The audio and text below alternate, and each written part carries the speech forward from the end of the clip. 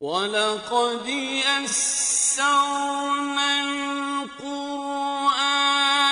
لِلذِّكْرِ فَهَلْ مِن مُّدَّكِرٍ۔ اور ہم نے قرآن کو سمجھنے کے لیے آسان کر دیا، تو کوئی ہے جو سوچے سمجھے۔ صوت القرآن، قرآن کی آواز۔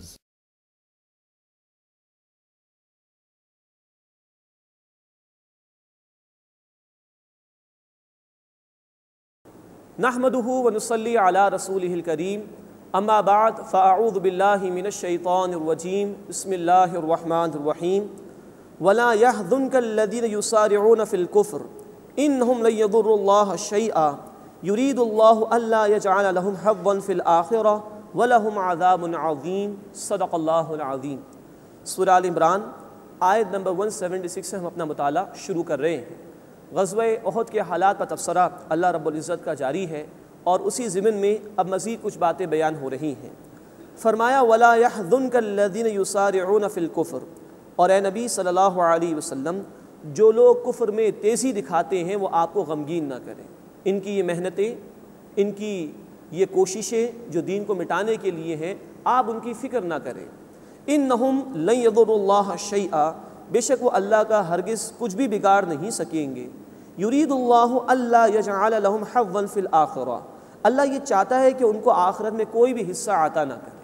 تو تھوڑی بہت جو اللہ نے ان مخالفین کو ڈھیل دے بھی رکھی ہے تو اس لیے کہ آخرت میں ان کو کچھ بھی نہیں دیا جائے گا۔ وَلَهُمْ عَذَابٌ عَظِيمٌ، اور ان کے لیے بڑا عذاب ہے۔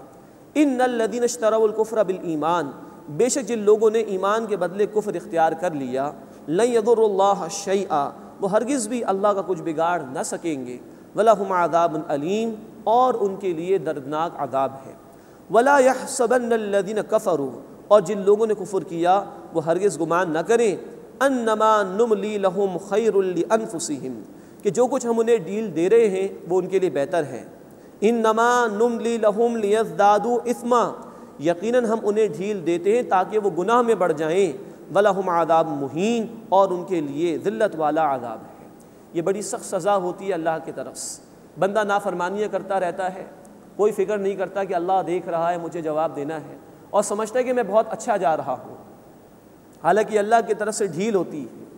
اور ایسا بھی ہوتا ہے کہ اللہ اچانک پکڑ لیتا ہے، یہ حق قبول کرنے کی صلاحیت کو چھین لیتا ہے۔ یہ بڑی سخت سزا ہے، اللہ تعالیٰ اس سے ہمیں بچا کر رکھے، اور جو مہلت اللہ نے عطا فرمائی عمل کی درستگی کے لیے، اللہ اس مہلت سے ہمیں فائدہ اٹھانے کی توفیق عطا فرمائے۔ اب پھر بتایا جا رہا ہے کہ احد کے میدان میں مسلمانوں پر مصائب آئے، مشکلات آئے، اس کی حکمتیں کیا تھیں۔ ما کان اللہ لیذر المؤمنین علی ما انتم علیہ، اللہ ایسا نہیں کہ ایمان لانے والوں کو اس حال پر چھوڑ دے کہ جس پر اے مسلمانوں تم اس وقت ہو۔ یہ کیفیت اللہ ہمیشہ نہیں رکھے گا کہ معلوم نہ ہو کہ کون کھرا ہے کون کھوٹا۔ حتی یمیز الخبیث من الطیب، یہاں تک کہ اللہ ناپاک کو پاک سے جدا فرما دے۔ یہی مراحل آئے، کھرے کھوٹے کا فیصلہ ہو گیا۔ یہ جو میدان احد میں ڈٹ کر مقابلہ کر رہے تھے مشرکین کا، یہ سچے اہل ایمان ہیں، اور جو راستے میں علیحدہ ہو گئے یہ ایمان کے جھوٹے دعوے دار ہیں۔ فرمایا وما کان اللہ، اور اللہ ایسا نہیں، لیطلعکم علی الغیب، کہ تمہیں غیب کی خبر دے دے، ولکن اللہ یجتبی من رسلہ من یشاء، لیکن اللہ اپنے رسول میں سے جس کو چاہتا ہے چن لیتا ہے۔ عام لوگوں کو غیب کی خبریں نہیں بتائی جاتی، اللہ نے اپنے رسولوں میں سے جس کو چاہا یہ خبریں ان کو عطا فرمائیں۔ یہ اللہ تعالیٰ کا خاص فضل رہا رسولوں کے حوالے سے، سب سے بڑھ کر عطا فرمایا محمد کریم صلی اللہ علیہ وسلم کو، اس میں کوئی شک نہیں۔ لیکن یہ جو آزمائش آ رہی ہے اللہ ظاہر نہیں فرماتا اس، تاکہ لوگ بالفعل جو بھی اختیار ان کے پاس ہے نیکی بدی کرنے کا اس میں لگے رہیں، اس کو استعمال کریں، اور جو معاملہ اللہ تعالیٰ کی طرف سے طے کیا جائے پھر وہ ان کے ساتھ ہوتا رہے۔ اگر ساری چیزیں کھول کر پہلے سے بتا دی جائیں تو پھر آزمائش کا مقصد فوت ہو جائے گا۔ تو اللہ تعالیٰ فرما رہے کہ اللہ ایسے نہیں کہ غیب کی خبریں تمہیں عطا فرما دے، ہاں اپنے رسولوں میں سے جس کو چاہتا ہے وہ عطا فرماتا ہے۔ باقی یہ مصائب اللہ کی طرف سے آتے ہیں، اللہ نے ان کو پوشیدہ اس لیے رکھا ہے کہ اللہ آزمائش فرمانا چاہتا ہے اور کھرے اور کھوٹے کا فیصلہ فرما دینا چاہتا ہے۔ فآمنوا باللہ ورسولہ، بس تم ایمان لاؤ اللہ پر اور اس کے رسولوں پر علیہم الصلاۃ والسلام۔ وَإِن تُؤْمِنُوا وَتَتَّقُوا، اور اگر تم ایمان لاؤ گے اور تقویٰ کی روش اختیار کرو گے فلکم اجر عظیم، تو تمہارے لیے بہت عظیم اجر ہے۔ ولا يحسبن الذين يبخلون بما آتاهم الله من فضله هو خيرا لهم، اور وہ لوگ ہرگز یہ خیال نہ کریں جو اس مال میں بخل کرتے ہیں، کنجوسی کرتے ہیں، جو اللہ نے انہیں اپنے فضل سے عطا فرمایا ہے کہ وہ ان کے لیے بہتر ہے۔ یہ نہ سمجھیں وہ لوگ جو بخیل ہیں، جو اللہ کے راستے میں اس کے دین کی خاطر مال خرچ نہیں کر رہے، یہ بہت اچھا ہم کر رہے ہیں، ہرگز ایسا گمان نہ کریں۔ بل هو شر لهم، بلکہ یہ ان کے لیے برا ہے۔ سیطوقون ما بخلوا به یوم القیامہ، جو کچھ انہوں نے بخل کیا ان قریب قیامت کے دن وہ طوق بنا کر ان کے گلے میں ڈالا جائے گا قیامت کے دن۔ یہ ہے سخت سزا مال میں کنجوسی کرنے والوں کے لیے۔ اللہ نے نعمت دی ہے مال کی، اللہ نے نوازا ہے بندے کو، لیکن بندہ اللہ کے راستے میں مال خرچ نہ کرے تو فرمایا کہ ایسے لوگوں کا مال طوق بنا کر روز قیامت انہیں ان کے گلے میں پہنایا جائے گا۔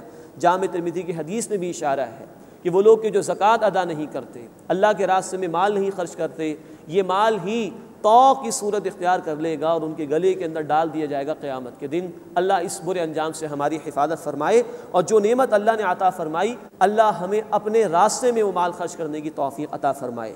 وَلِلَّهِ مِيرَاثُ السَّمَاوَاتِ وَالْأَرْضِ، اور اللہ ہی کے لیے ہے وراثت آسمانوں اور زمین کی۔ وَاللَّهُ بِمَا تَعْمَلُونَ خَبِيرٌ، اور جو کچھ تم کرتے ہو اللہ اس سے خوب واقف ہے۔ تو خرچ کرو، بالآخر یہ سب اللہ کا ہے۔ تمہاری موت واقع ہو جائے گی، کسی اور کو یہ مال مل جائے گا، جب سب مر جائیں گے بالآخر سب اللہ ہی تعالیٰ کا ہے، تو اللہ ہی کی طرف لوٹا دو تاکہ بڑھا چڑھا کر تمہیں قیامت کے دن عطا فرمائے۔ یہ 18 رکوع مکمل ہوا، رکوع نمبر 13 سے لے کے رکوع نمبر 18 تک 6 رکوعوں میں غزوہ احد کے حالات پر تبصرہ آیا اور بڑی اہم ہدایات اللہ تعالیٰ نے اہل ایمان کو عطا فرمائی۔ اس کے بعد 19واں رکوع ہے جس میں اللہ تعالیٰ نے دین کے حوالے سے کچھ بنیادی ہدایات ہمیں عطا فرمائی، اور آخر میں ہم دیکھیں گے کہ دین کے فلسفہ و حکمت کے حوالے سے بڑی اہم باتیں ہیں جو اللہ تعالیٰ نے بیان فرمائی۔ اب کچھ ذکر یہودیوں کا آ رہا ہے۔ فرمایا لقد سمع اللہ قول الذین قالوا، یقیناً اللہ نے ان لوگوں کی بات سن لی جن لوگوں نے کہا ان اللہ فقیر، کہ بے شک اللہ فقیر ہے، معاذ اللہ ثم معاذ اللہ۔ یہ ہے یہود قوم، اتنی جرت یہ لوگ کر لیا کرتے تھے۔ اللہ تعالیٰ کا دراصل مطالبہ آیا تھا سورہ البقرہ آیت نمبر 245 میں، من ذا الذی یقرض اللہ قرضا حسنا، کون ہے جو اللہ کو قرض حسن دے، اللہ بڑھا چڑھا کر اسے لوٹا دے گا، یہ فائدہ بندے کا ہی ہے۔ ان لوگوں نے کہا لو بھائی اللہ قرض مانگتا ہے ہم سے، معاذ اللہ ثم معاذ اللہ، یہ ان کی جرت اور جسارت۔ تو کہنے لگے ان اللہ فقیر، بے شک اللہ تو فقیر ہے، ونحن اغنیاء، ہم مالدار ہیں۔ اب اللہ کا تبصرہ سماعت فرمائیے، سنکتب ما قالوا وقتلہم الانبیاء بغیر حق، جو کچھ انہوں نے کہا اور ان کا انبیاء کو ناحق قتل کرنا ہم لکھ رہے ہیں۔ یہود نے انبیاء کو قتل کیا، یہ ذکر سورہ البقرہ میں ہم پڑھ چکے ہیں، سورہ آل عمران میں بھی اس کی طرف اشارہ آ چکا ہے، لیکن یہاں نوٹ فرمائیے کہ انہوں نے جو اللہ کی آیت کے ساتھ مذاق اڑایا، اللہ نے مطالبہ کیا تھا نا مجھے قرض حسن دو، تو اللہ کی آیت کے ساتھ جب انہوں نے مذاق کیا ہے تو یہ اتنا بڑا جرم ہے کہ اللہ تعالیٰ نے اس جرم کو انبیاء کے قتل کے ساتھ بیان کیا ہے۔ اللہ تعالیٰ ہمیں اپنی کتاب پر ایمان بھی عطا فرمائے اور اس کے تقاضوں پر عمل کرنے کی بھی توفیق عطا فرمائے، اور وہ لوگ کہ جو اللہ کی کتاب میں مشغافیاں کرتے ہیں، اس کی طرح طرح کی تعویلات کرتے ہیں، اس کے احکامات کے اندر بگاڑ پیدا کرنے کی کوشش کرتے ہیں، ان کو ڈرنا چاہیے کہ کتنی سخت بات اللہ تعالیٰ نے یہاں پر بیان فرمائی۔ سنکتب ما قالوا وقتلہم الانبیاء بغیر حق، جو کچھ انہوں نے کہا اور ان کا انبیاء کو ناحق قتل کرنا ہم لکھ لیں گے۔ وَنَقُولُ ذُوقُوا عَذَابَ الْحَرِيقِ، اور ہم کہیں گے چکھو جلنے والے عذاب۔ ذَلِكَ بِمَا قَدَّمَتْ أَيْدِيكُمْ، یہ ہے اس کا بدلہ جو تمہارے ہاتھوں نے کمائی آگے بھیجی۔ وَأَنَّ اللَّهَ لَيْسَ بِظَلَّامٍ لِّلْعَبِيدِ، اور یہ کہ اللہ تعالیٰ بندوں پر ہرگز ظلم فرمانے والا نہیں ہے۔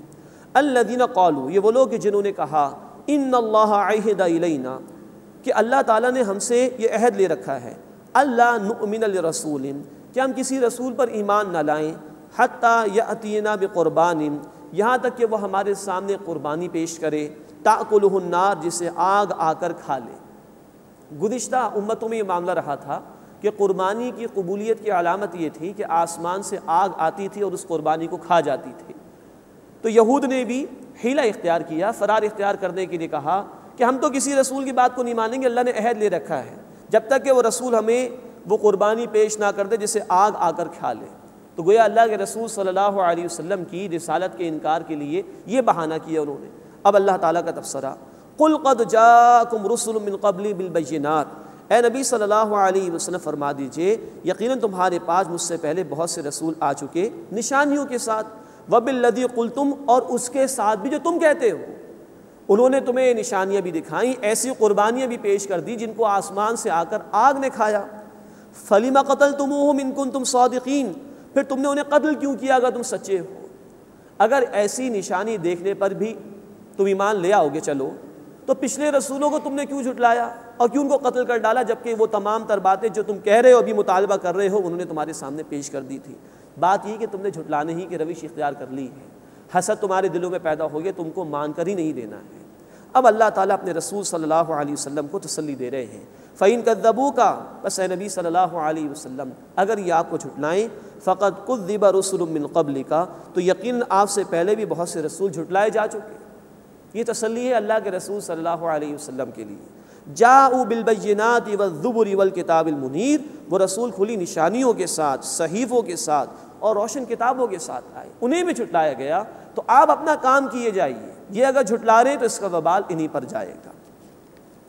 کل نفس ذائقۃ الموت، ہر نفس کو موت کا مزہ چکھنا ہے۔ یہ وہ حقیقت ہے جو قرآن بار بار بیان کرتا ہے۔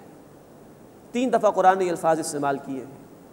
پہلی مرتبہ یہاں سورہ آل عمران آیت 185، دوسری مرتبہ سورۃ الانبیاء آیت نمبر 35، اور تیسری مرتبہ سورۃ العنکبوت آیت نمبر 57 میں۔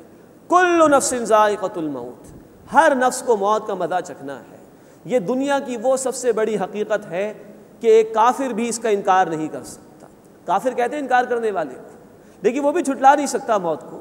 سامنے کا مشاہدہ ہے، روزانہ لوگ ہمارے سامنے مرتے ہیں، ہم اپنے ہاتھوں سے دفن کرتے ہیں، کسی کے انتقال کی خبر سنتے ہیں۔ یہ اٹل حقیقت ہے، کل نفس ذائقۃ الموت، ہر نفس کو موت کا مزہ چکھنا ہے۔ پھر موت کے بعد مسئلہ ختم نہیں ہو جائے گا، اصل زندگی تو ہے ہی اس کے بعد۔ وَإِنَّمَا تُوَفَّوْنَ أُجُورَكُمْ يَوْمَ الْقِيَامَةِ، اور قیامت کے دن تمہارے اجر تمہیں پورے پورے دے دیے جائیں گے۔ فَمَنْ زُحْزِحَ عَنِ النَّارِ، بس جو بچا لیا گیا جہنم کی آگ سے، وَأُدْخِلَ الْجَنَّةَ، اور داخل کر دیا گیا جنت میں، فَقَدْ فَازَ، وہ کامیاب ہو گیا۔ یہ ہے اصل کامیابی، اللہ جہنم سے بچا لے اور جنت میں داخل فرما دے تو کامیابی ہے۔ اور رہی یہ دنیا، فرمایا وَمَا الْحَيَاةُ الدُّنْيَا إِلَّا مَتَاعُ الْغُرُورِ، یہ دنیا کی زندگی دھوکے کے سوا کچھ نہیں، فریب ہے۔ جو کچھ نظر آ رہا ہے یہ فریب ہے، یہ اصل حقیقت نہیں۔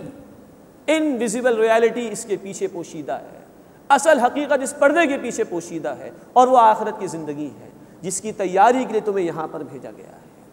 اللہ ہمیں یہ حقیقت ہماری آنکھوں کے بند ہونے سے پہلے پہلے سمجھنے کی توفیق عطا فرمائے۔ اللہم انا نسألک الجنہ، اے اللہ ہم تجھ سے تیری جنت کا سوال کرتے ہیں۔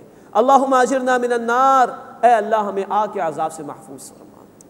فرمایا وما الحیاۃ الدنیا الا متاع الغرور، یہ دنیا کی زندگی محض دھوکہ ہے، فریب ہے، اس کے سوا کچھ نہیں ہے۔ انسان بڑی محنتیں کرتا ہے اس کے لیے، بڑے بڑے منصوبے بناتا ہے اس کے لیے۔ جائز ضروریات کو جائز حد تک پورا کرنا ٹھیک ہے، کوئی حرج کی بات نہیں، لیکن یہ دنیا اگر مقصود بن جائے اور اسی کی محنت میں انسان لگا رہے تو اس سے بڑا گھاٹے کا کوئی سودا نہیں ہو سکتا۔ اللہ کے رسول صلی اللہ علیہ وسلم کی حدیث ہے مسلم شریف میں، آپ نے فرمایا تم میں سے کوئی شخص اپنی انگلیوں کو سمندر میں ڈالے اور نکال کر دیکھے کتنا پانی لگ کر آیا۔ یہ جو پانی لگ کر آیا ہے یہ دنیا کی زندگی، اور وہ ٹھانٹے مارتا ہوا سمندر، انویزیبل، انفائنائٹ، نہ ختم ہونے والا، وہ گویا آخرت کی زندگی ہے۔ جیسے اس سمندر کے پانی کی اس انگلی پر لگنے والے پانی سے کوئی مناسبت نہیں ہے، کوئی کمپیریزن نہیں ہے، ایسے ہی آخرت کا اس دنیا سے کوئی موازنہ نہیں، کوئی کمپیریزن نہیں۔ اللہ ہمیں اصل زندگی کی تیاری کی توفیق عطا فرمائے۔ وَمَا الْحَيَاةُ الدُّنْيَا إِلَّا مَتَاعُ الْغُرُورِ، اور یہ دنیا کی زندگی محض دھوکہ ہے، فریب ہے۔ لَتُبْلَوُنَّ فِي أَمْوَالِكُمْ وَأَنفُسِكُمْ، تمہاری لازماً آزمائش کی جائے گی مالوں اور جانوں کے ذریعے سے۔ وَلَتَسْمَعُنَّ مِنَ الَّذِينَ أُوتُوا الْكِتَابَ مِنْ قَبْلِكُمْ وَمِنَ الَّذِينَ أَشْرَكُوا أَذًى كَثِيرًا، اور تم ضرور سنو گے ان لوگوں سے جنہیں تم سے پہلے کتاب دی گئی، اور مشرکوں سے بھی تکلیف پہنچانے والی بہت سی باتیں۔ اللہ کے راستے میں آؤ گے تو مشکلات تو آئیں گی. ہم پہلے بھی پڑھ چکے ہیں سورۃ البقرہ آیت نمبر 155 وَلَنَبْلُوَنَّكُمْ بِشَيْءٍ مِّنَ الْخَوْفِ وَالْجُوعِ وَنَقْصٍ مِّنَ الْأَمْوَالِ وَالْأَنفُسِ وَالثَّمَرَاتِ. ہم لازماً تمہاری آزمائش کریں گے، خوف کے ذریعے سے، بھوک کے ذریعے سے، جان اور مال اور پیداوار کے نقصان کے ذریعے سے. یہ تو ہونا ہے. یہاں بھی کہا جا رہا ہے کہ مال اور جان میں آزمائش تو ہوگی اور بہت کچھ سننا پڑے گا. اہل کتاب کی جانب سے بھی، مشرکین کی جانب سے بھی بہت سی تکلیف دہ باتیں سننی پڑیں گی. لیکن فرمایا وَإِن تَصْبِرُوا، اور اگر تم صبر کرو، وَتَتَّقُوا، اور تقوی یعنی اللہ کی نافرمانی سے بچنے کی روش اختیار کیے رکھو، فَإِنَّ ذَلِكَ مِنْ عَزْمِ الْأُمُورِ، تو یہ بے شک یہ بڑی ہمت کے کاموں میں سے. اللہ ہمیں اس کی توفیق عطا فرمائے. دین کے راستے میں مشکلات تو انیویٹیبل ہیں، لازماً وہ آئیں گی. ہاں اگر صبر کیے رکھیں، تقوی اختیار کیے رکھیں تو اللہ مدد دیتا ہے، اللہ استقامت دیتا ہے بندے کو، وہ آگے بڑھتا چلا جائے اور ان آنے والی مشکلات کو برداشت کر لے. وَإِذْ أَخَذَ اللَّهُ مِيثَاقَ الَّذِينَ أُوتُوا الْكِتَابَ، اور یاد کرو جب اللہ تعالیٰ نے اہل کتاب سے عہد لیا، لَتُبَيِّنُنَّهُ لِلنَّاسِ وَلَا تَكْتُمُونَهُ، کہ تم اسے یعنی کتاب کو لوگوں کے لیے ضرور بیان کرو گے اور اسے چھپاؤ گے نہیں. فَنَبَذُوهُ وَرَاءَ ظُهُورِهِمْ، تو انہوں نے اسے اپنی پیٹھ کے پیچھے ڈال دیا. اللہ نے کتاب دی تھی، خود بھی عمل کرو، دوسروں تک بھی پہنچاؤ. وعدہ بھی اس کا لیا تھا کہ کتاب پر عمل کرو، دوسروں تک پہنچاؤ گے. لیکن انہوں نے کتاب کو پس پش ڈال دیا اور اس کے مقابلے میں دنیا کو ترجیح دی. وَاشْتَرَوْا بِهِ ثَمَنًا قَلِيلًا، اور اس کے بدلے تھوڑی سی قیمت حاصل کی. برادر کتنی دنیا بنا لے انسان، اللہ کی کتاب کے تقاضوں کو پامال کر کے وہ بہت ہی تھوڑا ہی نفع ہے. فَبِئْسَ مَا يَشْتَرُونَ، تو کیا ہی برا ہے جو کچھ کہ وہ خریدتے ہیں. آج کتاب ہمارے پاس ہے، آج ہمیں بھی جائزہ لینا چاہیے ہماری محنتیں کہاں لگ رہی ہیں. کتنا ہم دنیا کی کتابوں کو، دنیا کی کوالیفیکیشنز کو، دنیا کی ایجوکیشن کو، دنیا کے کیریئرز کو ترجیح دیتے ہیں، اور کتنا اللہ کی سب سے بڑی نعمت قرآن حکیم کو ہم توجہ دیتے ہیں. اب تو کتاب اہل کتاب کے پاس نہیں، ان کی کتاب انویلڈ ہو گئی ہے. ویلڈ کتاب قرآن حکیم ہے. Now we are responsible to convey this book to all humanity. اب ہم ذمہ دار ہیں کہ اللہ کی اس کتاب کو انسانیت تک پہنچائیں. لیکن اللہ نہ کرے، اللہ نہ کرے، اللہ نہ کرے ہم نے بھی ان کی طرح دنیا کو ترجیح دی تو اللہ کہہ رہے فَبِئْسَ مَا يَشْتَرُونَ، بہت ہی برا ہے جو وہ خرید رہے ہیں. اللہ کی کتاب کو پامال کر کے کچھ ٹکے اگر کما بھی رہے ہو تو بہت ہی برے ہیں. اللہ اس انجام بد سے ہماری حفاظت فرمائے. لا تحسبن الذین یفرحون بما اتوا، اے نبی صلی اللہ علیہ وسلم آپ ہرگز نہ سمجھے انہیں جو خوش ہوتے اس پر جو انہوں نے کیا. وَيُحِبُّونَ أَن يُحْمَدُوا بِمَا لَمْ يَفْعَلُوا، اور وہ چاہتے ہیں کہ اس پر ان کی تعریف کی جائے جو انہوں نے نہیں کیا. فَلَا تَحْسَبَنَّهُمْ بِمَفَازَةٍ مِّنَ الْعَذَابِ، بس آپ انہیں عذاب سے رہا شدہ نہ سمجھیں. وَلَهُمْ عَذَابٌ أَلِيمٌ، اور ان کے لیے دردناک عذاب ہے. یہ ذکر ہو رہا ہے کچھ منافقانہ کردار کا بھی اور کچھ اہل کتاب کے کردار کا بھی، کہ چاہتے ہیں کہ ہماری تعریف ہو جائے، عمل کوئی نہ ہو، لیکن چاہتے ہیں کہ لوگ ہمارے لیے کلیپنگ کریں، ہمارے لیے تعریف کے الفاظ پیش کیے جائیں. یہ ایک اصل میں کردار ہے جو ہر دور میں نظر آتا ہے. انسان بے عملی کا شکار ہوتا ہے اور اپنی بے عملی پر پردہ ڈالنے کے لیے چاہتا ہے کہ کسی نہ کسی طرح میری تعریف ہو جائے. تو فرمایا جا رہا ہے لا تحسبن الذین یفرحون بما اتوا، آپ ہرگز نہ سمجھے انہیں جو خوش ہوتے اس پر جو انہوں نے کیا. وَيُحِبُّونَ أَن يُحْمَدُوا بِمَا لَمْ يَفْعَلُوا، اور چاہتے ہیں کہ اس پر ان کی تعریف کی جائے جو انہوں نے اعمال نہیں کیے. اپنے کچھ اعمال پہ خوش ہو رہے ہیں اور چاہتے ہیں کہ ان اعمال پر کہ جو انہوں نے نہیں کیے ان کی تعریفیں کی جائیں. فَلَا تَحْسَبَنَّهُمْ بِمَفَازَةٍ مِّنَ الْعَذَابِ، آپ صلی اللہ علیہ وسلم ایسے لوگوں کو عذاب سے رہا شدہ محسوس نہ کریں. وَلَهُمْ عَذَابٌ أَلِيمٌ، اور ان کے لیے دردناک عذاب ہے. وَلِلَّهِ مُلْكُ السَّمَاوَاتِ وَالْأَرْضِ، اور اللہ ہی کے لیے بادشاہت ہے آسمانوں اور زمین کی. وَاللَّهُ عَلَى كُلِّ شَيْءٍ قَدِيرٌ، اور اللہ تعالیٰ ہر شے پر قدرت رکھنے والا ہے. اس کے بعد سورہ آل عمران کا آخری رکوع ہے اور بہت ہی جامع مقام قرآن حکیم کا. ایمان کی حقیقت کو یہاں پر بیان کیا گیا، اس کے جو اجزاء ہیں، انگریڈینٹس ہیں، اس کا یہاں پر بیان ہو رہا ہے اللہ تعالیٰ کی طرف سے. پھر ہے کہ ایمان دل میں ہو تو عمل میں کیا کچھ دکھائی دے گا، اس کا ذکر ہے جو اس مقام پر اللہ تعالیٰ نے فرمایا ہے. فرمایا ان فی خلق السماوات والارض، بے شک آسمانوں اور زمین کی تخلیق میں، واختلاف اللیل والنہار، اور رات دن کے آنے جانے میں، لآیات لأولی الالباب، یقیناً عقل مند لوگوں کے لیے نشانیاں ہیں۔ آیات جمع ہے آیت کی، آیت کے معنی نشانی کی، نشانی سمبل جس کو دیکھ کر کوئی شے یاد آ جائے۔ تو اس کائنات میں اللہ کی معرفت کی نشانیاں موجود ہیں، اللہ کا تعارف، اللہ کی پہچان ہماری فطرت میں موجود ہے، اس پر کچھ پردے آ جاتے ہیں۔ تو اللہ تعالیٰ اس کائنات میں غور و فکر کی ہمیں دعوت دیتے ہیں کہ اس کائنات پر غور و فکر کرو، اللہ کی نشانیاں ہیں، ان سے تمہیں اللہ کی معرفت حاصل ہوگی۔ وہ اللہ کی معرفت جو اندر ڈورمنٹ ہوتی ہے، دب جاتی ہے، وہ ایکٹیو ہو جاتی ہے ان نشانیوں پر غور و فکر سے۔ تو فرمایا کہ ان فی خلق السماوات والارض، بے شک آسمان اور زمین کی تخلیق میں، واختلاف اللیل والنہار، اور رات دن کے آنے جانے میں، لآیات لأولی الالباب، یقیناً عقل مند لوگوں کے لیے نشانیاں ہیں۔ الذین یذکرون اللہ قیاما وقعودا وعلی جنوبہم، جو اللہ کو یاد کرتے ہیں کھڑے اور بیٹھے اور اپنی کروٹوں پر، وَيَتَفَكَّرُونَ فِي خَلْقِ السَّمَاوَاتِ وَالْأَرْضِ، اور غور و فکر کرتے ہیں آسمانوں اور زمین کی تخلیق میں۔ نتیجہ کیا نکلتا ہے؟ ربنا ما خلقت ھذا باطلا، اے ہمارے رب تو نے یہ سب کچھ بیکار پیدا نہیں کیا، سبحانک، تو پاک ہے اس بات سے کہ کسی بھی شے کو بیکار پیدا فرمائے، فقنا عذاب النار، پس ہمیں آگ کے عذاب سے محفوظ فرما دے۔ یہ ہے اہل ایمان جو اپنے غور و فکر کے نتیجے میں اللہ کی توحید اور اس کی معرفت اور آخرت کی ضرورت تک پہنچ سکتے ہیں۔ یہی بات ہم نے سمجھی تھی سورۃ الفاتحہ میں، ابتدائی 3 آیات میں اللہ کی توحید کا بیان سورۃ الفاتحہ میں، اور آخرت کی ضرورت۔ یہ انسان کی فطرت کی پکار ہے، اللہ کی معرفت اور آخرت کی ضرورت کا احساس، یہ انسان کی فطرت میں ہے۔ ہاں یہ ڈورمنٹ ہو جاتا ہے، اس پر پردہ پڑ جاتا ہے، تو کائنات میں غور و فکر کرنے سے وہ پردہ ہٹ جاتا ہے اور اللہ کی معرفت انسان کے اندر ایکٹیو ہو جاتی ہے، بیدار ہو جاتی ہے۔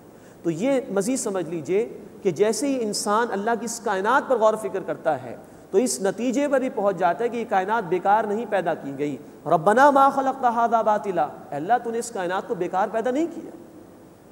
اور یہی نتیجہ ان کو اور آگے لے جاتا ہے کہ جب ہر شے بامقصد پرپسفل پیدا کی گئی ہے تو ہماری تخلیق بھی بامقصد ہے۔ فقنا عذاب النار، اے ہمارے اللہ، اے ہمارے رب، ہمیں آگ کے عذاب سے محفوظ فرما دے۔ تو یہ ہے انسان کا سفر توحید سے آخرت کی جانب، اور یہاں تک انسان اپنی عقل، اپنے شعور کی روشنی میں اور اپنے غور و فکر کے ذریعے بھی پہنچ سکتا ہے۔ اس کے بعد اب اہل ایمان کی مزید خوبصورت دعائیں آ رہی ہیں۔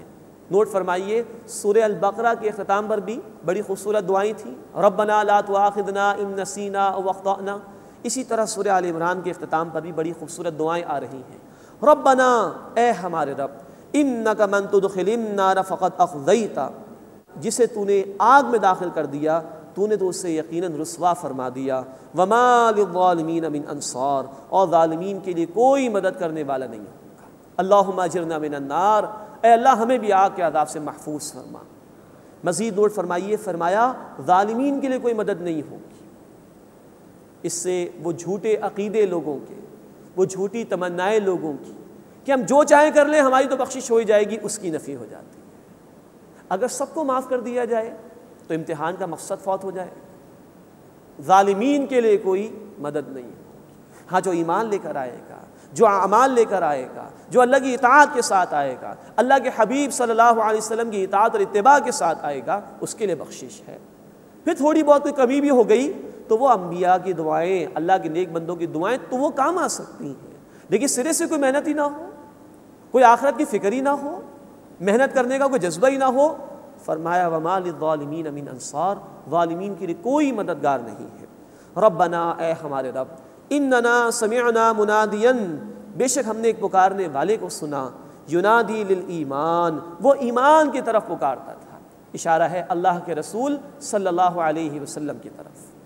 اب مزید نوٹ فرمائیے، انسان اپنے غور و فکر کے نتیجے میں، اپنی عقل اور شعور کے نتیجے میں اللہ کی معرفت کسی درجے میں حاصل کر سکتا ہے، آخرت کی ضرورت کو کسی درجے میں پہچان سکتا ہے، لیکن اللہ مجھ سے چاہتا کیا ہے، اللہ کن باتوں سے راضی ہوگا، کن باتوں سے ناراض ہوگا، آخرت میں نتائج کیا ہیں، وہاں کی تفصیلات کیا ہیں، یہ انسان کی عقل اسے نہیں بتا سکتی۔ یہی وہ بات ہے جو ہم نے سورۃ الفاتحہ میں بھی سمجھی تھی۔ الحمدللہ رب العالمین الرحمن الرحیم مالک یوم الدین، تمام شکر تعریف اللہ کے لیے ہے، تمام جہان والوں کا رب ہے، رحمان رحیم ہے، بدلے کے دن کا مالک ہے۔ توحید اور آخرت یہاں تک تو انسان پہنچ گیا، لیکن اس کے بعد انسان گھٹنے ٹیک کر دعا کرنے پر مجبور ہے، اہدنا الصراط المستقیم، اے اللہ میں صراط مستقیم کی ہدایت عطا فرما، صراط الذین انعمت علیہم، راستہ ان کا جن پر تو نے انعام فرمایا، جن میں ٹاپر ہیں انبیاء علیہم السلام۔ یہ وہ گوشہ ہے کہ جہاں انسان گھٹنے ٹیکنے پر مجبور ہے۔ اللہ کن باتوں سے راضی، کن باتوں سے ناراض ہوتا ہے ہمیں نہیں پتہ، آخرت کی تفاصیل کیا ہے ہمیں نہیں پتہ، وہ ایک رسول کی بات سننے سے معلوم ہوتا ہے، وہ ایک رسول کی پکار پر لبیک کہنے سے معلوم ہوتا ہے۔ تو یوں توحید اور آخرت کے بعد اب رسول کی رسالت پر ایمان لانے کی بات ہو رہی ہے۔ ربنا، اے ہمارے رب، اننا سمعنا منادیا ینادی للایمان، بے شک ہم نے ایک پکارنے والے کو سنا، وہ ایمان کی طرف پکارتا تھا، ان آمنوا بربکم فآمنا، کہ تم ایمان لاؤ اپنے رب پر، پس ہم ایمان لے آئے۔ ربنا، اے ہمارے رب، فاغفر لنا ذنوبنا، ہمیں بخش دے ہمارے گناہ، وکفر عنا سیئاتنا، ہم سے ہماری برائیاں دور فرما، وتوفنا مع الابرار، اور ہمارا حشر فرما نیک لوگوں کے ساتھ۔ ربنا، اے ہمارے رب، وآتنا ما وعدتنا علی رسلک، ہمیں وہ عطا فرما جو تو نے اپنے رسولوں کے ذریعے سے ہم سے وعدہ فرمایا، ولا تخزنا یوم القیامہ، اور ہمیں قیامت کے دن رسوا مت فرمائیو، انک لا تخلف المیعاد، بے شک تو وعدے کے خلاف نہیں کرتا۔ اللہ تو وعدے کے خلاف نہیں کر سکتا۔ ہمیں اندیشہ ہے، ہمیں شک ہے کہ نہ جانے ہم تیرے وعدے کے مستحق ہو سکیں گے کہ نہیں ہو سکیں گے، تو ہمیں توفیق عطا فرما کہ ہم محنت کریں اور تیرے اس وعدے کے مستحق بن جائیں، بے شک تو اپنے وعدے کو پورا فرمانے والا ہے۔ یہ ہے انسانی عقل و شعور کی روشنی میں توحید اور آخرت تک انسان کی رسائی، اور پھر رسول کی دعوت سن لینے کے بعد ایمان کی تکمیل، کیونکہ ایمان کی تفاصیل ملتی ہیں رسول کی دعوت کے نتیجے میں۔ جب یہ ایمان مل جائے، اللہ ہمیں یہ حقیقی ایمان عطا فرمائے، اور جب یہ ایمان دل میں راسخ ہو جائے تو کیا کردار سامنے آتا ہے، کیا اعمال سامنے آتے ہیں، اب اس کا ذکر آ رہا ہے۔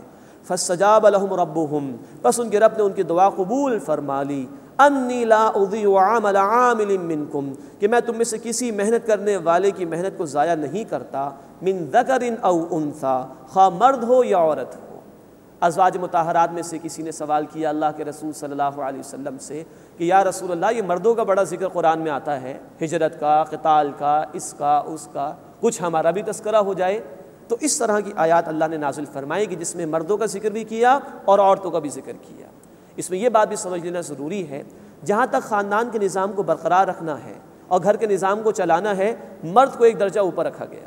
سورہ النساء آیت 34 میں اس کی تفصیل انشاءاللہ آئے گی۔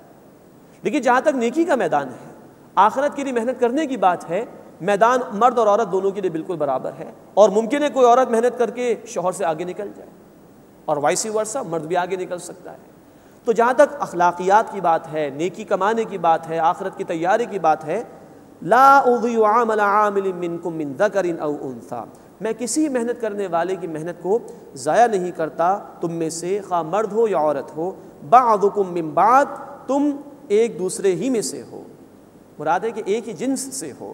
فالذین ہاجروا، بس وہ لوگ جنہوں نے ہجرت کی، واخرجوا من دیارہم، اور ان کے گھروں سے انہیں نکال دیا گیا، وأوذوا فی سبیلی، اور میری راہ میں انہیں تکالیف دی گئیں، وقاتلوا وقتلوا، اور انہوں نے قتال کیا اور وہ قتل بھی کیے گئے، لأکفرن عنہم سیئاتہم، میں ضرور ان کی برائیاں ان سے دور کر دوں گا، ولأدخلنہم جنات، اور انہیں باغات میں داخل کروں گا، تجری من تحتی الانہار، جن کے نیچے نہریں جاری ہیں، ثوابا من عند اللہ، یہ بدلہ ہے اللہ کی طرف سے، واللہ عندہ حسن الثواب، اور اللہ تعالیٰ ہی کے پاس عمدہ بدلہ ہے۔ یہ کردار ہے جو سامنے آتا ہے۔ ایمان دل میں ہو، حقیقی ایمان دل میں ہو، تو پھر ہجرت بھی ہوگی، جہاد بھی ہوگا اللہ کے راستے میں، اور پھر قتال بھی ہوگا اللہ تعالیٰ کے راستے میں۔ اللہ کے رسول صلی اللہ علیہ وسلم نے ہمیں حکم دیا، جامع ترمذی اور مسند احمد کی حدیث میں، آمرکم بخمس، میں تمہیں 5 باتوں کا حکم دیتا ہوں، اللہ امرنی بہن، اللہ نے مجھے اس کا حکم دیا ہے، بالجماعت والسمع والطاعۃ والہجرۃ والجہاد فی سبیل اللہ. جماعت اختیار کرو. اکیلے اکیلے دین کی جد و جہد ہو نہیں سکتی، قتال ہو ہی نہیں سکتا. جماعت اختیار کرو، سنو اور اطاعت کرو. ایک امیر ہو تمہارا، جماعت کا ڈسپلن سم و طاعت کا، لسن اینڈ اوبے کا ہونا چاہیے. اور ہجرت اور جہاد فی سبیل اللہ کا حکم دیتا ہوں. یہاں بھی ہجرت کا ایک وسیع تصور دیا گیا. ہجرت کا آغاز ہوتا ہے سنن نسائی کی حدیث کے مطابق ہر وہ بات ترک کر دینا جو اللہ کو ناپسند ہے. اور اس کی انتہا یہ جس کا ذکر یہاں پر کیا گیا، وَأُخْرِجُوا مِن دِيَارِهِمْ، انہیں ان کے گھروں سے نکال دیا گیا. گھر بار کو بھی چھوڑ دینا اللہ کے خاطر. جہاد کا آغاز ہے اپنے نفس سے جہاد کرنا اللہ کی اطاعت کی خاطر، اور اس کی انتہا ہے قتال کرنا، جنگ کرنا باغیوں کے خلاف، اللہ کے نافرمانوں کے خلاف، تاکہ اللہ کا دین غالب ہو سکے. تو ایمان ایک زندہ قوت ہے، ایک زندہ حقیقت ہے. دل میں ہو تو عمل اس کا اظہار کرتا ہے. یہ ہے اہل ایمان کی صفات جو یہاں پر بیان کی گئیں. اللہ ہمیں بھی اپنے راستے میں ہجرت کرنے کی اور جہاد کرنے کی اور قتال کرنے کی توفیق عطا فرمائے. تو اللہ کے وعدے ہیں کہ میں گناہوں کو بخش دوں گا، میں جنات عطا فرماؤں گا، اور ثوابا من عند اللہ، اللہ کی طرف سے یہ بدلہ ہے. واللہ عندہ حسن الثواب، اور کیا ہی عمدہ بدلہ ہے اللہ کے پاس. لا یغرنک تقلب الذین کفروا فی البلاد. اے نبی صلی اللہ علیہ وسلم، شہروں میں کفار کا چلنا پھرنا آپ کو کسی دھوکے میں نہ ڈال دے. متاع قلیل، یہ دنیا کی زندگی کا تھوڑا سا فائدہ ہے. ثم مأواہم جہنم، پھر ان کا ٹھکانہ جہنم ہے. وبئس المہاد، اور وہ بہت ہی برا ٹھکانہ ہے. اللہم اجرنا من النار، اے اللہ ہمیں آگ کے عذاب سے محفوظ فرما. یہ تسلی دی جا رہی ہے رسول اکرم صلی اللہ علیہ وسلم کو. یہ جو کافر بھاگ دوڑ کر رہے ہیں، محنتیں کر رہے ہیں، دین کو مٹانے کی سازشیں کوششیں کر رہے ہیں، بہت آگے بڑھتے ہوئے دکھائی دے رہے ہیں، آپ صلی اللہ علیہ وسلم پریشان نہ ہو. یہ دنیا کی زندگی کا تھوڑا سا سامان ان کو مل جائے گا، بالآخر ان کے لیے جہنم کا فیصلہ ہے. لیکن الذین اتقوا ربہم، لیکن وہ لوگ کہ جنہوں نے اپنے رب کا تقوی اختیار کیا، اللہ کی نافرمانی سے بچتے رہے. لہم جنات تجری من تحتها الانہار، ان کے لیے باغات ہیں جن کے نیچے نہریں جاری ہیں. خالدین فیہا، وہ ان میں ہمیشہ ہمیشہ رہیں گے. نزلا من عند اللہ، یہ مہمانی ہوگی اللہ کی طرف سے. وما عند اللہ خیر للابرار، اور جو اللہ کے پاس ہے بہت بہتر ہے نیک لوگوں کے لیے. اللہم انا نسألک الجنہ، اے اللہ ہم تجھ سے جنت کا سوال کرتے ہیں. اے اللہ ہمیں وہ اعمال کرنے کی توفیق عطا فرما کہ جس کے ذریعے ہم تیری نعمتوں کے مستحق بن سکیں. اس کے بعد اہل کتاب میں سے کچھ نیک لوگوں کا ذکر ہے. وَإِنَّ مِنْ أَهْلِ الْكِتَابِ، اور یقیناً اہل کتاب میں سے وہ بھی ہیں، لَمَن يُؤْمِنُ بِاللَّهِ، جو ایمان لائے اللہ پر. وَمَا أُنزِلَ إِلَيْكُمْ، اور جو کچھ تمہاری طرف اے مسلمانوں نازل کیا گیا. وَمَا أُنزِلَ إِلَيْهِمْ، اور جو کچھ ان کی طرف نازل کیا گیا. خاشعین للہ، اللہ کے لیے عاجزی کرتے ہوئے. لا یشترون بآیات اللہ ثمنا قلیلا، اللہ کی آیات کا سودا نہیں کرتے وہ تھوڑی قیمت کے عوض. اولئک لہم اجرہم عند ربہم، یہ لوگ ہیں ان کے لیے ان کے رب کے پاس اجر ہے. ان اللہ سریع الحساب، بے شک اللہ تعالیٰ جلد حساب لینے والا ہے. اس آیت کی نزول کے ضمن میں سنن نسائی میں ایک حدیث ہے. جب نجاشی رحمۃ اللہ علیہ کا انتقال ہوا، یہ حبشہ کے بادشاہ تھے، عیسائی تھے، ایمان قبول کر لیا تھا اور اللہ کے رسول صلی اللہ علیہ وسلم کی رسالت کو مان لیا تھا. جب ان کا انتقال ہوا تو ان کی غائبانہ نماز جنازہ پڑھائی تھی اللہ کے رسول صلی اللہ علیہ وسلم نے. تو صحابہ نے پوچھا کہ اس حبشی کی ہم نماز جنازہ ادا کریں؟ تو یہ اللہ تعالیٰ نے آیات میں بیان کر دیا کہ ان کا یہ اجر و ثواب. تو یہ آیت اللہ تعالیٰ نے نازل فرما دی اور یہ فضائل ان اہل کتاب کو بیان کی. مزید بخاری مسلم شریف کی حدیث ہے کہ اہل کتاب میں سے جو رسول اللہ صلی اللہ علیہ وسلم پر ایمان لے آئے گا اس کے لیے دوہرا اجر ہے. ایک پچھلی کتاب کو اور رسول کو ماننے کا، اور اب نئی اور آخری کتاب اور رسول کو ماننے کا. ایسے لوگوں کے لیے دوہرا اجر ہے جو بیان کیا گیا. آخری آیت ہے سورہ مبارکہ کی، جس میں اس پوری سورت کے مضامین کا گویا خلاصہ بیان کر کے بڑی جامع ہدایات دی جا رہی ہیں. یا ایھا الذین آمنوا اصبروا، اے ایمان والو صبر کرو. وصابروا، اور دوسروں کے مقابلے میں صبر کا مظاہرہ کرو. مصابرت، مشرکین و کفار اپنے برے نظام کے لیے، باطل دین کے لیے محنتیں کر رہے ہیں، مشکلات برداشت کر رہے ہیں، تم ان سے بڑھ کر صبر کرو. تو یا ایھا الذین آمنوا اصبروا، اے ایمان والو صبر کرو. وصابروا، اور ان کے مقابلے میں صبر کرو. ورابطوا، اور چوکس اور باہم رہو. وہ جو غلطی ہو گئی تھی، نظم ڈھیلا پڑ گیا تھا، خطا ہو گئی تھی، نظم کو ڈھیلا نہ کرو، ڈسپلن کو فالو کرو، چوکنے رہو، چوکس رہو، واتقوا اللہ، اور اللہ کا تقوی اختیار کرو، اس کی نافرمانی سے بچو، لعلکم تفلحون، تاکہ تم فلاح یعنی اصل کامیابی حاصل کر سکو۔ یہ الحمدللہ سورہ آل عمران مکمل ہوئی۔ اللہ تعالی ہمیں اس کے مضامین کو سمجھنے اور اس پر عمل کرنے کی توفیق عطا فرمائے۔ بسم اللہ الرحمن الرحیم۔ یا ایھا الناس اتقوا ربکم، اب سورہ النساء کا آغاز ہو رہا ہے۔ سورہ آل عمران کے بعد سورۃ النساء بھی مدنی سورت ہے، اور اس میں بھی بڑی اہم ہدایات اللہ تعالی نے عطا فرمائیں۔ یتیموں کے حقوق، گھر کی زندگی، عورتوں کے حقوق، حق اور باطل کی کشمکش کے دوران ہدایات، نفاق کا مرض، منافقین پر تبصرہ، اور اطاعت رسول صلی اللہ علیہ وسلم، ان موضوعات پر خاصی تفصیلی گفتگو اس سورہ مبارکہ میں آئی۔ مزید نوٹ کیجئے کہ اس سورہ مبارکہ میں خطاب کا رخ ہر تھوڑی دیر کے بعد تبدیل ہوا ہے۔ اس کی آیات کی تقسیم سمجھنے کے اعتبار سے کچھ اس طرح ہے کہ پہلی 43 یعنی 43 آیات میں مسلمانوں سے خطاب ہے، اور اس حوالے سے لوگوں کی جان، مال، عزت اور آبرو کی حفاظت کے لیے ہدایات عطا کی گئی۔ پھر آیت نمبر 44 سے لے کے آیت نمبر 57 تک اہل کتاب میں سے یہود کے حوالے سے گفتگو ہے۔ پھر خطاب ہے آیت نمبر 58 سے لے کے آیت نمبر 152 تک، خاصا طویل خطاب ہے جس میں سچے اہل ایمان کا ذکر بھی ہے اور منافقین کے حوالے سے بھی گفتگو بیان کی گئی۔ پھر آیت نمبر 153 سے لے کے آیت نمبر 177 تک سورت کے اختتام تک مسلمانوں سے بھی خطاب ہے اور اہل کتاب کے حوالے سے بھی گفتگو ہے۔ پہلی جو 10 آیات ہیں سورہ مبارکہ کی، اس میں نوٹ فرمائیے کہ یتیموں اور عورتوں کے حوالے سے حقوق بیان کیے گئے اور ہدایات عطا کی گئی ہیں۔ فرمایا کہ یا ایھا الناس اتقوا ربکم، اے انسانوں اپنے رب کا تقوی اختیار کرو، الذی خلقکم من نفس واحدہ، جس نے تمہیں ایک جان یعنی آدم علیہ السلام سے پیدا فرمایا، وخلق منہا زوجہا، اور انہی سے ان کے جوڑے یعنی حضرت حوا سلام علیہا کو پیدا فرمایا، وبث منہما رجالا کثیرا ونساء، اور ان دونوں سے پھیلا دیے بہت سے مرد اور عورتیں، واتقوا اللہ، اور اللہ کا تقوی اختیار کرو، الذی تساءلون بہ والارحام، جس کا نام لے کر تم سوال کرتے ہو اور رحمی رشتوں کا خیال رکھو، ان اللہ کان علیکم رقیبا، بے شک اللہ تعالیٰ تم پر نگہبان ہے۔ یہ آیت مبارکہ رسول اکرم صلی اللہ علیہ وسلم خطبہ نکاح میں بھی تلاوت فرماتے تھے۔ اس میں 2 مرتبہ تقوی کا حکم ہے، یعنی اللہ کی نافرمانی سے بچنے کا۔ مزید نوٹ کیجئے کہ آج ہم گلوبلائزیشن کے دور سے گزر رہے ہیں، تو انسانیت کو اگر ایک نقطے پر جمع کرنا مقصود ہو تو قرآن نے اس کے لیے 2 بیسس عطا فرمائی۔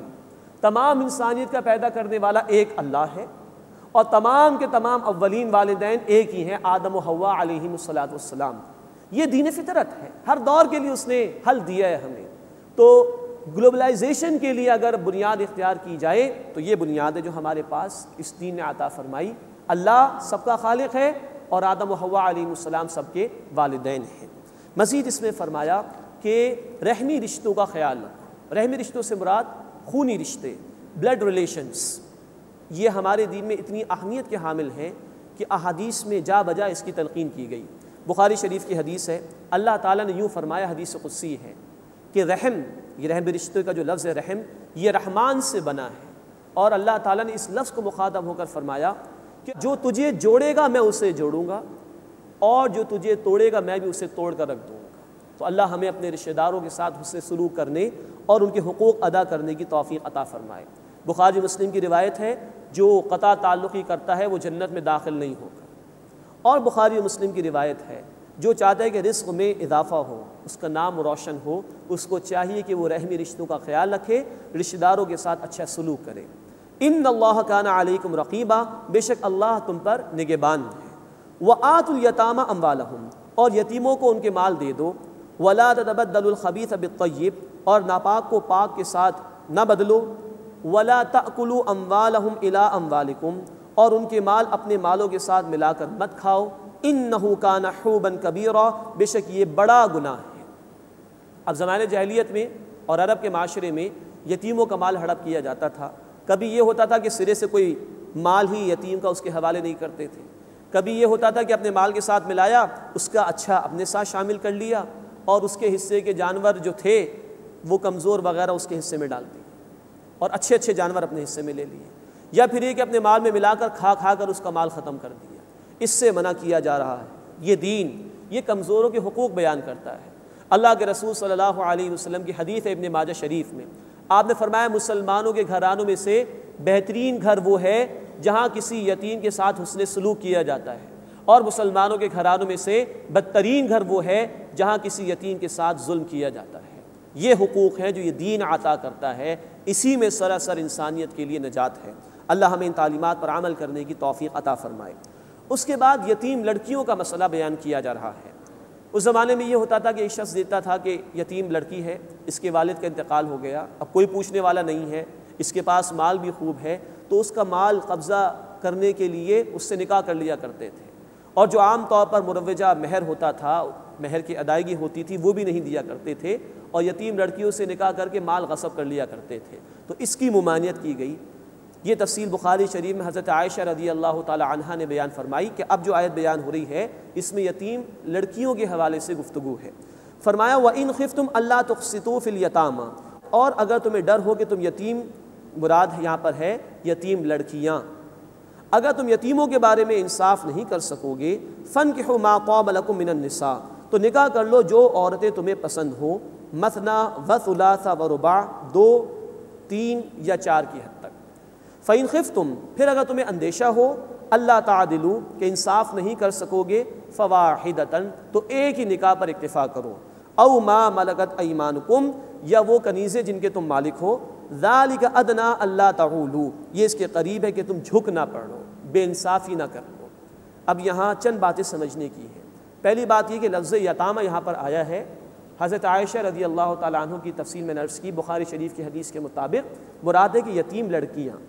اسی صورت میں آیت نمبر 127 میں ذکر آئے گا اسی آیت کے حوالے سے، اور آیت نمبر 127 میں یتیم لڑکیوں کے حوالے سے ہی، اور ان سے نکاح جو کیا جاتا تھا، مال نہیں دیا جاتا تھا، اس کا ذکر کیا گیا ہے۔ دوسری بات یہ کہ ہمارے زمانے میں مغرب کے حملے کی وجہ سے اور کچھ جدت پسندی کی وجہ سے بعض لوگوں نے انکار کر دیا کہ اسلام میں ایک سے زیادہ نکاح کی اجازت نہیں۔ قرآن کی آیت بتا رہی ہے کہ 2، 3 یا 4 میکسیمم، اس حد تک کسی مرد کو نکاح کرنے کی اجازت ہے۔ یہ فرض نہیں ہے، یہ لازم نہیں ہے، لیکن اس کی اجازت ہے، رخصت ہے۔ یہی دین یہ بھی کہتا ہے اگر ایک سے زائد نکاح کر رہے ہو تو عدل کی شرط لازم ہے۔ ہاں، جہاں تک تو دل کے اختیار کا معاملہ ہے وہ غیر اختیاری چیز، لیکن جو اسباب کے تحت معاملہ ہے، جس کو علماء نے فرمایا کہ لباس کا معاملہ، کھانے پینے کا معاملہ، نان نفقے کا معاملہ، اس میں بالکل برابری ہونی چاہیے۔ اگر کوئی یہ بے انصافی کرتا ہے تو اس کو حق نہیں ہے کہ وہ دوسرا نکاح کرے۔ انصاف کی شرط کے ساتھ ایک سے زائد نکاح کی اجازت عطا کی گئی ہے۔ مزید یہ بات نوٹ فرمائیے، اللہ کی تعلیم پر حکمت ہے۔ کبھی ایسا مرحلہ پیش آ سکتا ہے جنگی حالات کی، بیواؤں کی کثرت ہو جائے، تو بجائے اس کے کہ وہ بیوائیں وہ مظلومیت میں زندگی بسر کریں، بہتر ہے کہ کوئی ان سے نکاح کر لے، ان کو سپورٹ مل جائے۔ کبھی انڈیویجولی کسی عورت کا معاملہ ایسا ہو سکتا ہے کہ وہ معاملہ نبھا نہ سکے اپنے شوہر سے، تو بجائے اس کے کہ اس کا شوہر اس کو طلاق دے کے آزاد کر دے، اس کے لیے یہ بہتر ہوگا کہ وہ اپنے شوہر کو دوسرے نکاح کی اجازت دے، تاکہ اس پہلی عورت کو بھی سپورٹ ملتی رہے۔ پھر دنیا کے اعداد و شمار کو ہم دیکھیں، اسٹیٹسٹکس کو ہم دیکھیں، تو آج بھی نیو یارک کے اندر ایک اعداد و شمار کے مطابق اگر تمام مردوں اور عورتوں کی شادی ہو جائے تب بھی 80 لاکھ کے قریب عورتیں وہ ہوں گی کہ جن کے لیے کوئی فرسٹ شوہر اویلیبل نہیں ہوگا۔ مراد یہ ہے کہ ان کو کسی ایسے ہی مرد سے شادی کرنی ہوگی کہ جس کا پہلے نکاح ہو چکا ہے۔ اب یا تو یہ طے کر لیا جائے کہ ان عورتوں کو آزاد چھوڑ دیا جائے، جس طرح چاہے وہ زندگی بسر کریں، اور اس سے جو بے حیائی معاشرے میں آئی اس کا اندازہ نہیں کر سکتے، یا اللہ کی تعلیم سے استفادہ کیا جائے اور انصاف کی شرط کے ساتھ دوسرے نکاح کی یا تیسرے نکاح کی اجازت دی جائے۔ تو ان حکمتوں کے ساتھ اگر ان باتوں کو سمجھیں تو ان باتوں کو سمجھنا بڑا آسان ہے۔ یہ حکمتیں جن کے ساتھ اللہ تعالیٰ نے یہ احکامات ہمیں عطا فرمائے۔ لیکن یہ بتا دیا کہ عدل کی شرط اگر پوری نہیں کر سکتے تو ایک ہی پر اکتفا کرو، یا وہ کنیزوں کا معاملہ کہ جن کے تم مالک ہو، ان کے حوالے سے گفتگو انشاءاللہ آگے چل کر بیان ہوگی۔ ذالک ادنی اللہ تعولوا، یہ اس سے قریب ہے کہ تم جھک نہ پڑو، یعنی کہ بے انصافی نہ کر جاؤ۔ وآتوا النساء صدقاتہن نحلا، اور عورتوں کو ان کے مہر خوشی سے ادا کرو۔ یہ دیکھیے اسلام ویمنس رائٹس کی بات کرتا ہے، عورتوں کے حقوق کی بات کرتا ہے۔ کہا جا رہا ہے کہ عورتوں کو ان کے مہر خوشی خوشی ادا کرو۔ اور جو ادا نہ کرے جان بوجھ کر تو بڑی سخت وعیدیں ہیں قرآن حکیم میں بھی اور احادیث مبارکہ میں بھی۔ ایک حدیث اللہ کے رسول صلی اللہ علیہ وسلم نے فرمایا معجم طبرانی میں، جس نے کم و بیش کوئی مہر طے کیا اور ادا کرنے کی نیت نہیں ہے تو وہ قیامت کے دن زانی کی حیثیت میں اللہ کے حضور میں پیش ہوگا۔ اتنی سخت بات ہے، تو فرمایا خوشی سے عورتوں کے مہر ادا کرو۔ ہاں فَإِن طِبْنَ لَكُمْ عَنْ شَيْءٍ مِّنْهُ نَفْسًا، پھر اگر وہ اپنی خوشی سے تمہیں کچھ معاف کر دیں، فَكُلُوا هَنِيئًا مَرِيئًا، تو بے فکر ہو کر اور بافراغت ہو کر کھاؤ، کوئی حرج کی بات نہیں۔ لیکن یہ جو ہمارے معاشرے میں زبردستی معاف کرایا جاتا ہے یا ادا کرنے کے متعلق سوچا ہی نہیں جاتا، یہ بہت غلط بات ہے، اس سے بچنا چاہیے۔ باہمی رضامندی سے عورت خود معاف کر دے بات الگ ہے۔ وَلَا تُؤْتُوا السُّفَهَاءَ أَمْوَالَكُمْ، اور بے عقل لوگوں کو ان کے مال نہ دو، مراد یتیم ہیں جو ابھی بچے ہیں، ابھی سمجھ بوجھ نہیں رکھتے مالی معاملات کی، ان کے حوالے مال نہ کرو۔ التی جعل اللہ لکم قیاما، جو اللہ نے تمہارے لیے گزر اوقات کا ذریعہ بنایا، یہ مال اللہ کی نعمت ہے۔ وارزقوہم فیہا، اور انہیں اس میں سے کھلاتے رہو۔ واکسوہم، اور انہیں پہناتے رہو۔ وقولوا لہم قولا معروفا، اور ان سے بھلی بات کہو۔ مراد یہ ہے کہ ان کے مال کا خیال رکھو، اس مال کی قدر کرو اور ان کی ضروریات بھی اس میں سے پورے کرتے رہو۔ اللہ تعالیٰ اپنی آیات کا فہم ہمیں عطا فرمائے اور ان پر عمل کرنے کی توفیق عطا فرمائے۔ وآخر دعوانا ان الحمد للہ رب العالمین۔